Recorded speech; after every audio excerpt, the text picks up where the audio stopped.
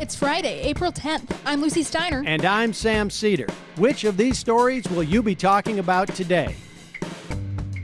The Greater Depression keeps getting greater again. Unemployment keeps rising, and government aid isn't coming as promised to tens of millions of Americans. Meanwhile, inmates and immigrants in federal custody are suffering perhaps more than any other group in this pandemic. Civil rights groups warn that racist far-right think tanks are pushing the White House to let COVID-19 spread among minority and foreign-born prisoners. And lastly, Joe Biden makes his opening bid for the support of Democratic Party progressives and Bernie Sanders' base. 2 quarters, 3 pennies, a nickel, and some lint. Oh, and 30-year-olds can have health care in 30 more years. You are listening to Majority FM's AM Quickie, and these are the stories you need to know.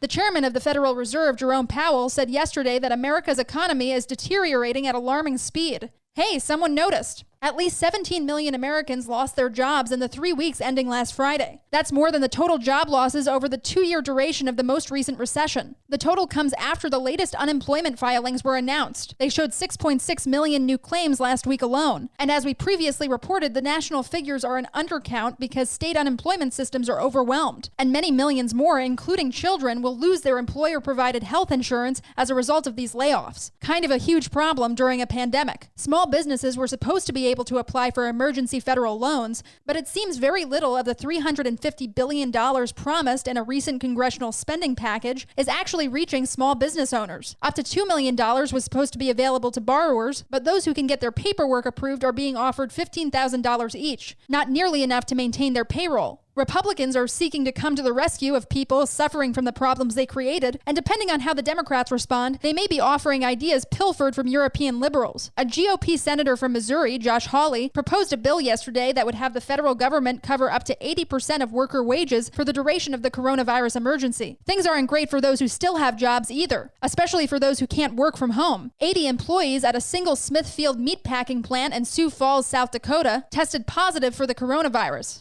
6 Smithfield workers reportedly accounted for 1/5 of the cases in the state. The local paper, the Argus Leader, says the company saw its first corona case on March 26th, but it stayed open. Yesterday, only after state health officials held a press conference, the company said it would close the plant for 3 days. Speaking of meat, there is a chicken wing surplus because March Madness has been canceled. Millions of pounds of wings could go to waste. Crops are also reportedly beginning to rot in the fields. If you know a wholesaler or a farmer, you might be able to score a deal. As bad as coronavirus has already been for the working sick and newly unemployed, it's a living nightmare for several million people who live and work in America's jails and prisons. At a federal prison in Oakdale, Louisiana, where 5 people had died from COVID-19, there was a riot Wednesday night, reported yesterday. Guards used chemical bullets and tear gas on prisoners who are forced into situations with coronavirus carriers and have restricted access to medicine. The situation may be even uglier for thousands of people, including children, in immigration and customs enforcement custody. The Southern Poverty Law Center reported that far-right think tanks have been pushing the government to keep COVID-19 sufferers in ICE detention regardless of circumstance. Unknown numbers of people in ICE concentration camps are already dying as a result of the pandemic. Now it seems the Donald Trump administration wants to make sure the deadly disease spreads among refugees, asylum seekers, and separated families who committed no crime. The groups pushing this cruel and genocidal policy are known to be influential inside the White House, according to the Civil Rights Group's report. The SPLC and American Civil Liberties Union have sought an emergency injunction in U.S. District Court in Washington, D.C., seeking the release of the asylum seekers. It was also reported yesterday that federal immigration authorities denied due process to at least 10,000 immigrants as a result of the pandemic. So minorities targeted by Trump's racist policies may face a choice: get sick and die in custody without medical treatment, or get sick in custody, then deported, then who knows what. Some choice. Hey, Majority.fm's AM Quickie is fueled by JustCoffee.coop. Just Coffee is a worker-owned coffee roaster based in Madison, Wisconsin that has sponsored the Majority Report for nearly a decade. Check out their collection of fair trade roasts, including our own Majority Report blend. And regardless of what you order, receive 10% off of your order when you use the code MAJORITY at checkout. All shipping, of course, is free. That's coupon code MAJORITY at justcoffee.coop.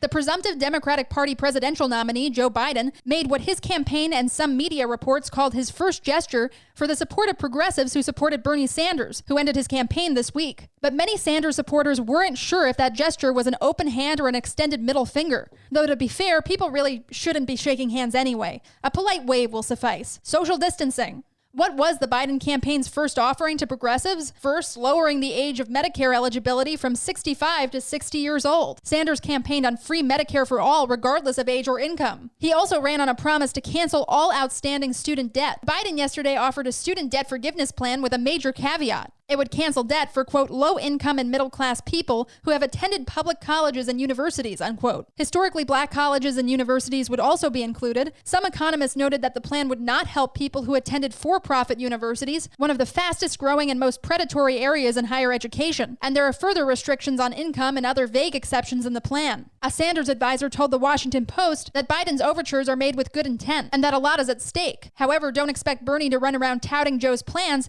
just yet. The plan is to, quote, give them space so Biden can make the argument for himself. Separately, it was reported that Sanders will cover through November the health insurance of some 500 campaign workers who are losing their jobs. The Sanders team will also receive salaries through the end of May. It is, of course, unclear what a dollar will buy when June finally rolls around, 1,000 years from now. And now for some quicker quickies. Quicker quickie. For the third time since March, a member of Germany's far-right AfD party discovered that his car had caught fire. The most recent case involved a local parliamentarian for AfD in Berlin. No one has been injured. The party is blaming left-wingers for the vandalism, although police have not endorsed that theory. More Volkswagen defects? The iconic Mad Magazine cartoonist Mort Drucker died yesterday. No cause of death was reported, but he was at his home in Woodbury, New York. He was 91. Drucker grew up in Brooklyn. In addition to his instantly recognizable celebrity caricatures in Mad, he drew newspaper strips, movie posters, and books, including a few coloring books starring John F. Kennedy and Oliver North.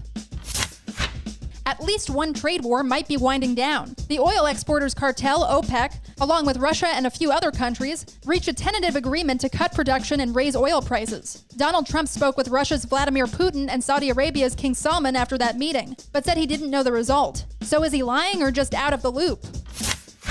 The Chinese Professional Baseball League, based in Taiwan, will be putting robot mannequins in the front row at games, instead of people. The league's season starts this week, but without spectators on account of the plague.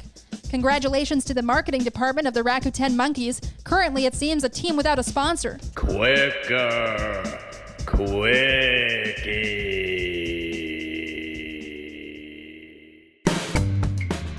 That's it, folks. Thanks for listening to the Majority.fm's AM Quickie. Sam? Thank you, Lucy. Tune into the Majority Report live today at noon, folks, or later, wherever your podcasts